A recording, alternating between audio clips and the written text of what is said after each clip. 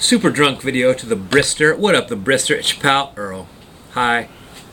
How are you? How am I doing? Drunk. Drunk. And you know what I thought would be a good idea? To fruit up my wine.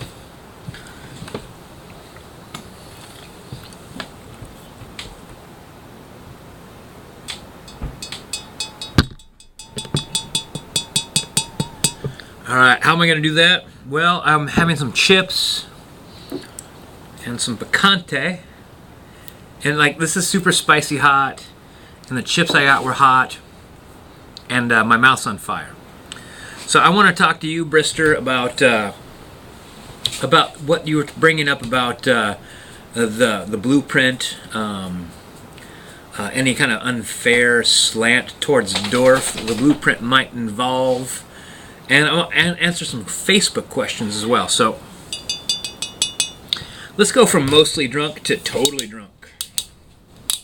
So as I told you, Brister, I used to buy this kind of wine and go with my girlfriend at the time. We had very little money. We were very poor. Poor as church mice.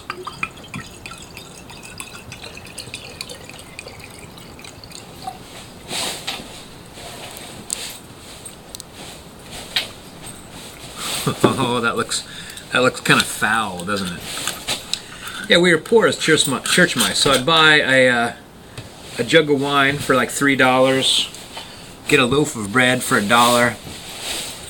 And actually, where the money would come in actually was cheese. I'd always get some cheese and some grapes and some vegetables, and I'd take her out on a bike ride, and we'd just spend the afternoon in a park. And I tried to make it a different park every weekend. And so sometimes our bike rides were far, and sometimes we'd have to drive, but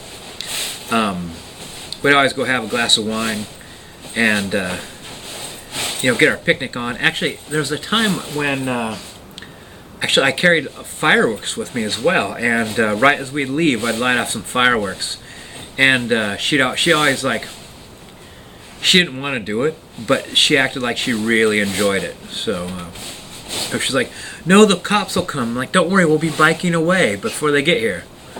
So, all right, Brister.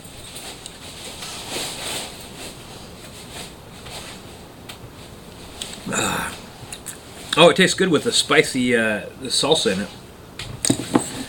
Well, actually, Brister, also let me thank you for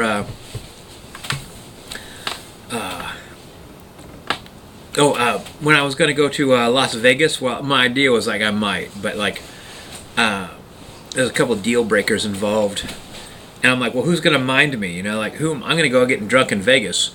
Someone needs to look after me, and you're like, I'll do it. So that was very cool. Actually, I don't think I'll have time to do the Facebook questions. I might be too drunk for it. I'm pretty drunk. Alright, so anyway, what you're talking about, the blueprint. Now, you're right. I mean, you have a point. But I think the blueprint is a very, very valid way to take an art form and practice it, and then make it your own. It's like, there's a blueprint for every musical instrument that, known to man. There's a blueprint for writing novels. And I think that kind of what Mr. Met 40 Ounce was talking about there's certain things you respect, there's a certain amount of ribbing that you could expect, and you should be able to hand it, you should be able to dish it out, you should be able to take it. There should be things that are forbidden to criticize or to insult. There's things that a man does not say to another man. It might be true for women as well. I just don't know.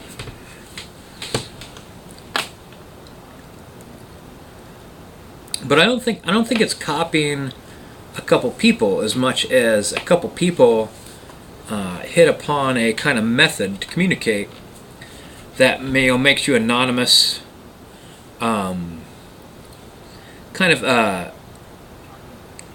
has a structure of culture, whether you're this way or that way, like you can't if you're putting together a culture or a religion, let's say,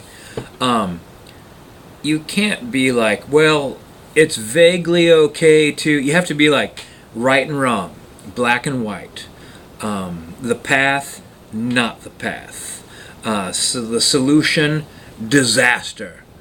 Like when you're dealing with like a huge amount of people, or you're dealing with people you haven't even met yet. It can't be this vague, nebulous, drink whatever you want to drink, like do whatever you want to do as long as it doesn't, the second you throw out do whatever you want to do, some people are going to want to do some pretty messed up stuff. And some people are going to be like, fathers, husbands, career-oriented workers, and then one night they go out in their backyard and make a drunken, life-threatening video to somebody on the opposite coast of the United States because like they can't drink a 40 fast enough. Like it's like, well, like someone, like you think you're being hazed or harassed or bullied, but you just made death threats on the internet, and that doesn't go away. Someone captured that video I'm talking about. Someone captured that video. Actually, a couple people did.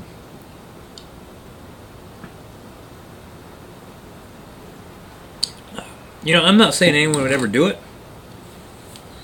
But what if like you were getting a job and like for whatever reason like you stumbled upon that video or a clip of it. You're like, this guy just behaved like a psychopath. And like out of context of the community, like I'm wearing a mask and drinking alcohol and proclaiming the fact that I'm wasted. Might seem disturbing, like it might seem derailing, it might seem goal blocking. And so that's the masks and the formula and the blueprint. So I mean, you have a point, but Mr. Met 40 ounce I think trumps you in that following the blueprint, following along with the culture is like I'm a part of a hobby. It's like the whole thing of like, I break boards in my backyard with my fists, as opposed to I take martial arts at a club. One seems completely normal and the other seems a little bizarre. They're both the same thing. We're just trying to make our bizarre more normal. Well, what else?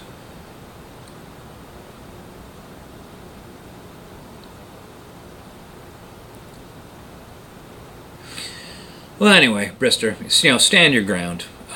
Do what you want. Respect the blueprint if you don't want to follow it.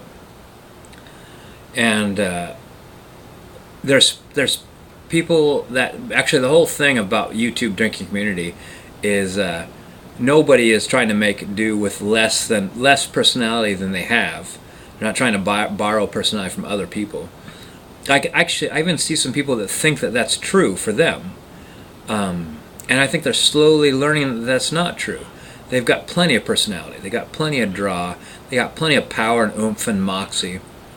And they're able to discover that within the confines of the YouTube drinking community.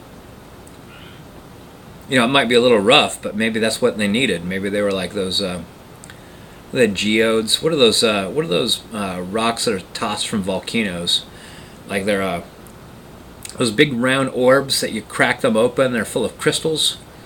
Maybe that was what was necessary to discover the wonder of the inner crystallized nature of you. Was a volcanic explosion and then smacking up against something hard. Or being freed. Whew, a little drunk.